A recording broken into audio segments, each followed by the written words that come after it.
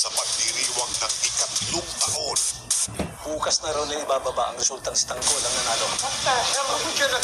Di tayo bababa sa pwesto. Kailangan nating magparikada. Kailangan natin protektahan ang katotohanan.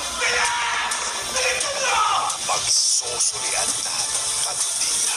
Natanggap akong tip tungkol sa pinarorolan ni Tanggol. Narito namin sila. Pinaliwalagin mo? Ako ang eme ng presinto nyo! Sige!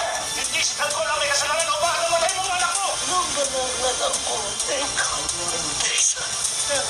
Wala kang karapatang magluksa. Dugot, paawis ang binigay nila. Especially si Coco. Director, producer, I'm proud na nakita ko yung humble beginnings ni Bobo and nakita ko yung growth niya. Sa likod ng kanilang mga karakter, ang pusong puno ng pasasalamat. Ako'y nagpapasalamat mula sa aking puso. It was truly a blessing to do it. Walang sawa at walang patid na suporta sa Batang Quiapo. Maraming salamat po, mga kabatang Quiapo. FPJ's Batang Quiapo, ang huling laban ni Tanggol.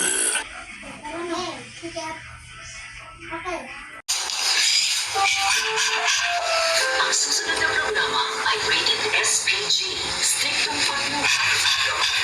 Ang kailangan maaaring may masiserang tema, lengguwahe, karahasan, sexual, horror o droga na hindi angkop sa mga bata.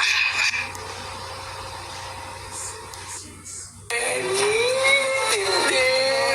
Mabuti na lang nakaligtas ka. Mahaba ang